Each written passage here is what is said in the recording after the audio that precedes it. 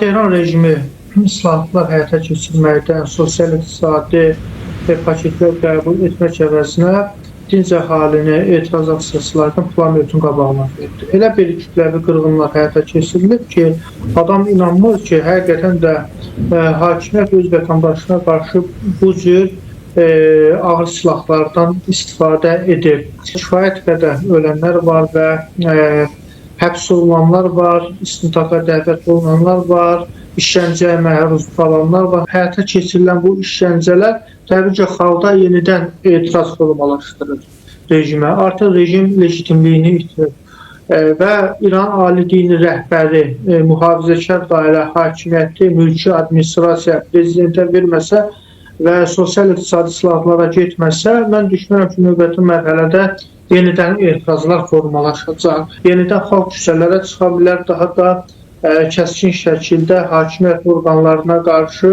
hətta xalq da silahlana bilər, vətəndaş müharibəsinə gedə bilərlər. İran rejimi yanlış siyasət həyata keçirir. Amerika Birləşmiş Ştatlarının İstanbulda danışıqlarını da qəbul etmir, Omana köçürülməsini təklif edir. Yəni bu konkret olaraq danışıqlardan yayınmadır. Fevralın 6-sında bilirsiniz ki, Türkiyə vasitəsilə ABŞ və İran arasında danışıqlar keçiriləcək, amma ötən gün Sebaha məxsus silahlı katerlər Amerikan tankerinə hücum ediblər.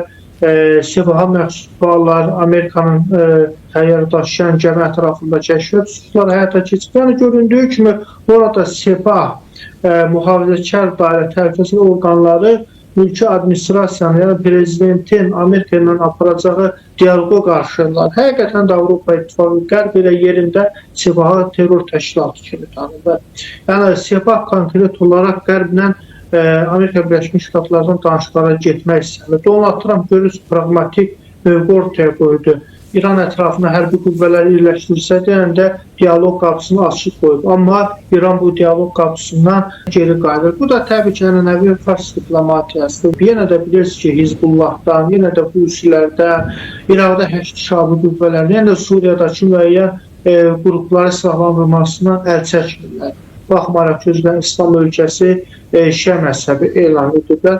Amma tamamilə xaniranizm, fars millətçiliyi, şovinizm bu günləri Tehran rejiminin əsas ideoloji bazasıdır. Və bu da təbii ki, regiona xaos, anarxiya gətirir. Azərbaycan da maraqlı deyil ki, İranda müharibə olsun. Çünki orada 40 milyona yaxın bizim soydaşlarımız yaşayıb. Təbii ki, bunlara biz də səssiz qala bilmərik. Mən düşünürəm ki, İran rejimi əgər islahatlara getməsə, Amerika Birləşmiş Ştatları ilə danışıqlara gedib razılaşmalara getməsələr, xalq yerindən ayağa qalxacaq. Hətta Amerika Birləşmiş Ştatları da İran rejiminə nöqtə əməliyyatları həyata keçirə bilər.